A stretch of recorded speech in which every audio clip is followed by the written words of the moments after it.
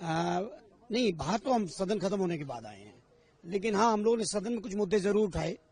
Finance minister साहब जवाब देते हैं, सामान्यतः फाइनेंस पे बात होती है, बजट पे बात होती है, लेकिन आज की फाइनेंस मिनिस्टर ये ऐसा लग रहा था जैसे बंगाल का चुनाव लड़ रही हो और बंगाल में कोई चुनावी सभा कर रही हो, और वो दीदी पर गलत तरीके से आरोप लगा रही थी। वो भूल गई कि उनके पार्टी के जो द्वारा शासित राज्य, चाहे उत्तर प्रदेश हो, हाथरस की घटना हो, उन्नाव की घटना हो, लखीमपुर के किसानों के साथ जो हुआ हो, चाहे वो उत्तराखंड की घटना हो, बिहार की घटना हो, उन घटनाओं को भूल के वो केवल दीदी पर आरोप लगाने का प्रयास कर रही थी, जिसका हम समाजवादियों ने पुरजोर विरोध किया।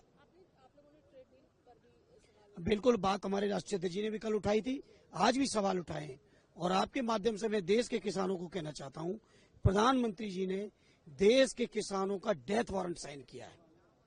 जिस तरह की डील है और हमारे देश के किसानों की जो परिस्थितियां हैं, कहीं अमेरिका के फसलों के साथ हमारे देश के किसान कंपटीशन में बाजार में आ ही नहीं सकते, क्योंकि वहाँ सब्सिडीज बहुत हैं, वहाँ सुविधाएं बहुत हैं। हमारे देश के किसानों को कोई सुविधा नहीं मिल रही, ना उनका कर्ज माफ हो रहा है, ना उनको कीटनाशक से लेकर तमाम चीजों पर, ना हमारी MSP आई, न स्वामीनाथन जी की सिफारिश आई। तो हमारे देश के किसानों की दुर्दशा है, और तकरीबन देश का हर किसान इस समय कर्जदार है। ऐसे में अमेरिका के प्रोडक्ट के साथ हमारे देश के लोग किसान कंपटीशन में कहीं आ ही नहीं पाएंगे, जिसकी वजह से देश के किसानों की बर्बादी सुनिश्चित कर दी है मोदी जी ने। अब किस दबाव में की है, ये पूरे देश समझ रहा है।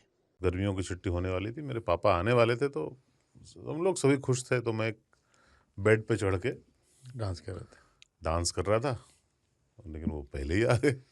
फ्रीज। तो मैं उस समय तो कंटिन्यू नहीं कर सकता था ना, तो फ्रीज फ्रेम टाइप का हो गया। कसम पैदा कर